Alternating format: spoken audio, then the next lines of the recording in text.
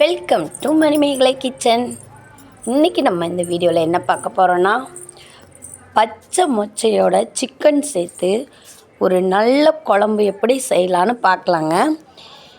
இது பார்த்திங்கன்னா எங்கள் ஊர் சைடு ரொம்ப ஃபேமஸுங்க. பொங்கல் டைமில் பச்சை மொச்சை விற்பாங்கங்க. அதோட சிக்கன் சேர்த்து குழம்பு செஞ்சு சாப்பிட்டா சூப்பராக இருக்குங்க. வாங்க அதுக்கான இன்க்ரீடியன்ட்ஸ் பார்க்கலாம். சின்ன வெங்காயம் ஒரு 1/4 கிலோங்க, தக்காளி ஒரு 5ங்க, சின்ன சைஸ் தக்காளி தான் 5 எடுத்திருக்கேன், அரை மூடி தேங்காய்ங்க, இது மீடியம் சைஸ் தேங்காய் தாங்க. இப்போது தக்காளி நறுக்கி வச்சுக்கலாம், வெங்காயம் உரித்து வச்சாச்சு. இப்போது அடுப்பை பற்ற வச்சு அடுப்பில் கடாயை வச்சுக்கிடலாங்க.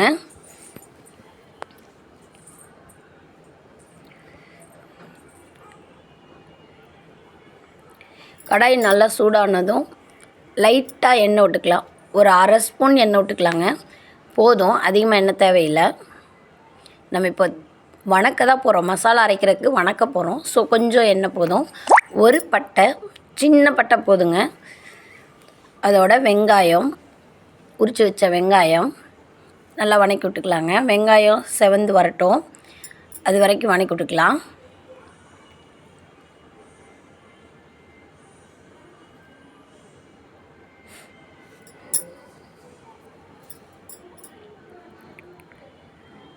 இப்போ பாருங்கள், வெங்காயம் நல்லா செவந்து வணங்கி வந்துருச்சு.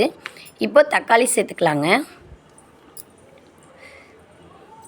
கொஞ்சம் பெருசு பெருசாக தான் தக்காளி நறுக்கியிருக்கேங்க, ஏன்னா நம்ம வணக்கி மசாலா அரைக்க தான் போகிறோம். ஸோ அதனால் கொஞ்சம் பெருசு பெருசாக தான் தக்காளி நறுக்கியிருக்கேன்.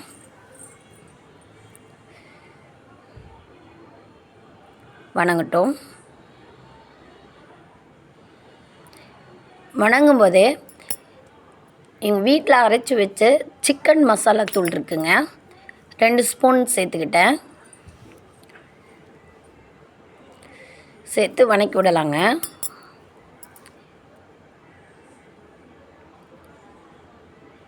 இது பிராய்லர் கோழி தாங்க. நாட்டுக்கோழினா நம்ம செலவெல்லாம் அரைச்சி பண்ணணும். இது பிராய்லர் கோழிங்கிறதுனால நான் மசாலா பொடியே சேர்த்துக்கிட்டேன்.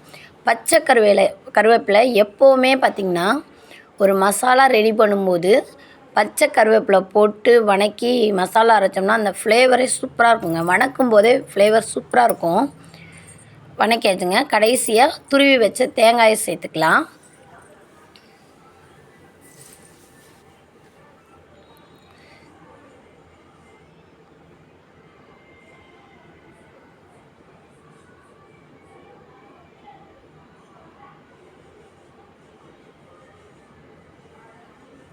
ஓகேங்க, மசாலா ஆற வச்சிடலாம். அதுக்கப்புறம் அடுப்பை பற்ற வச்சு இன்னொரு கடாய் வச்சுக்கிடலாங்க. கடாய் வச்சு குழம்புக்கு தேவையான ஆயில் சேர்த்துக்கலாங்க.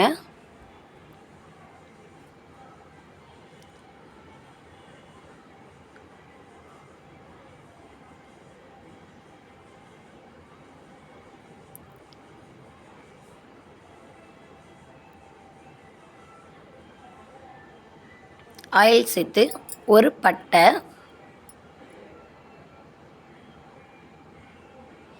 ஒரு அன்னாச்சிப்பூ, ஒரு பிரிஞ்சி இலை,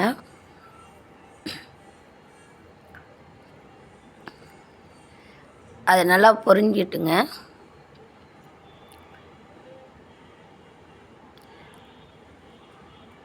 பொரிஞ்சதுமே கல்பாசி கொஞ்சமாக தாங்க போட்டிருக்கேன்.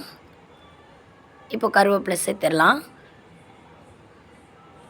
எல்லாமே நல்லா பொரிஞ்சிடுச்சு. இப்போ வேக வச்சு நான் பச்சை மொச்சை எடுத்து வச்சுருக்கேங்க, அதை சேர்த்துக்கிடலாம். பச்சை மொச்சையை தனியாக வேக வச்சு எடுத்து வச்சுக்கணுங்க. அதை இப்போ சேர்த்து நல்லா வணக்கி விட்டுறலாம்.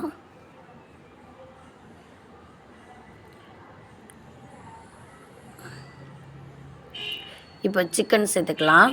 மொச்சை நல்லா வணங்கிடுச்சு, சிக்கன் சேர்த்துக்கிடலாம்.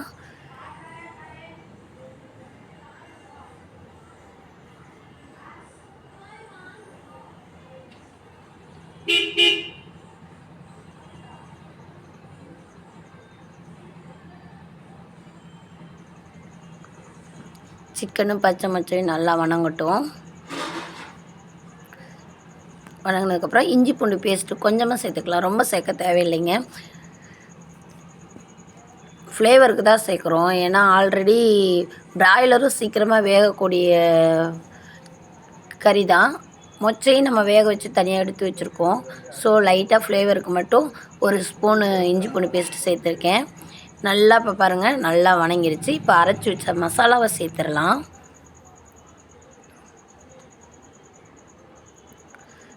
நல்லா கிளறி விடலாங்க.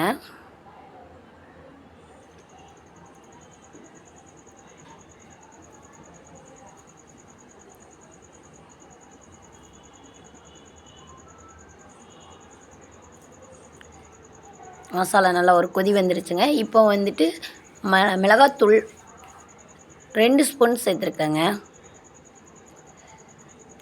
1 ஸ்பூன் மஞ்சத்தூள் சேர்த்து கிளறி விட்டுறலாங்க. குழம்புங்கிறதுனால நான் 2 ஸ்பூன் மிளகாத்தூள் சேர்த்துருக்கேங்க. காரத்துக்கு பச்சை மிளகாய் எதுவுமே சேர்க்கலை, அதனால 2 ஸ்பூன் சேர்த்துருக்கேன். நீங்கள் காரம் கம்மியாக சாப்பிடுவீங்கன்னா 1 ஸ்பூன் போட்டுக்கோங்க.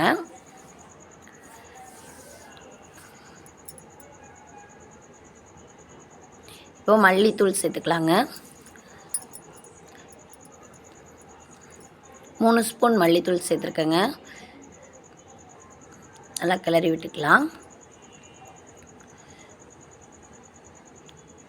மசாலாலாம் நல்லா சிக்கனோட நல்லா சேர்ந்து நல்லா வந்திருக்கு.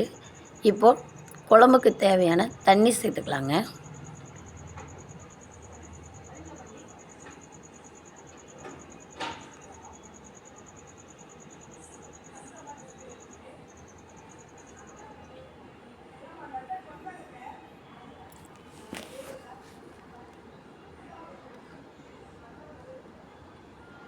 நல்லா கிளறி விட்டுக்கலாங்க.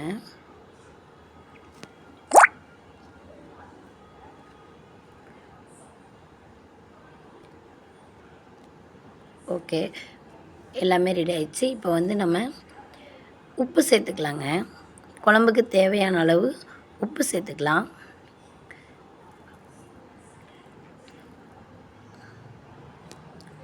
உப்பு சேர்த்து நல்லா கிளறி விட்டு அப்படியே கொதிக்க விட்டுறலாங்க.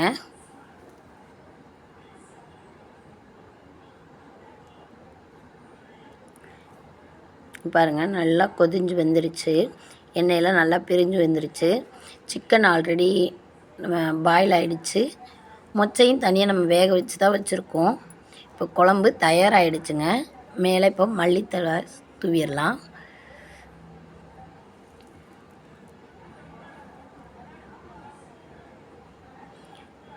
பாருங்கள் குழம்பு சூப்பராக வந்திருக்கு. இட்லி, தோசை, சப்பாத்தி எல்லாத்துக்குமே ரைஸுக்கு செம்மையாக இருக்குங்க.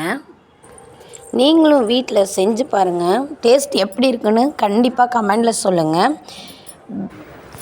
இந்த வீடியோ உங்களுக்கு பிடிச்சிருந்துச்சுன்னா லைக் பண்ணுங்கள், ஷேர் பண்ணுங்கள், மறக்காமல் பெல் பட்டனை ஆளில் போடுங்க. அப்போ தாங்க நான் போடுற ஒவ்வொரு வீடியோவும் உங்களுக்கு நோட்டிஃபிகேஷனாக வரும். நாளைக்கு வேறொரு நல்ல வீடியோவோடு உங்களை சந்திக்கிறேங்க. பாய் பாய்.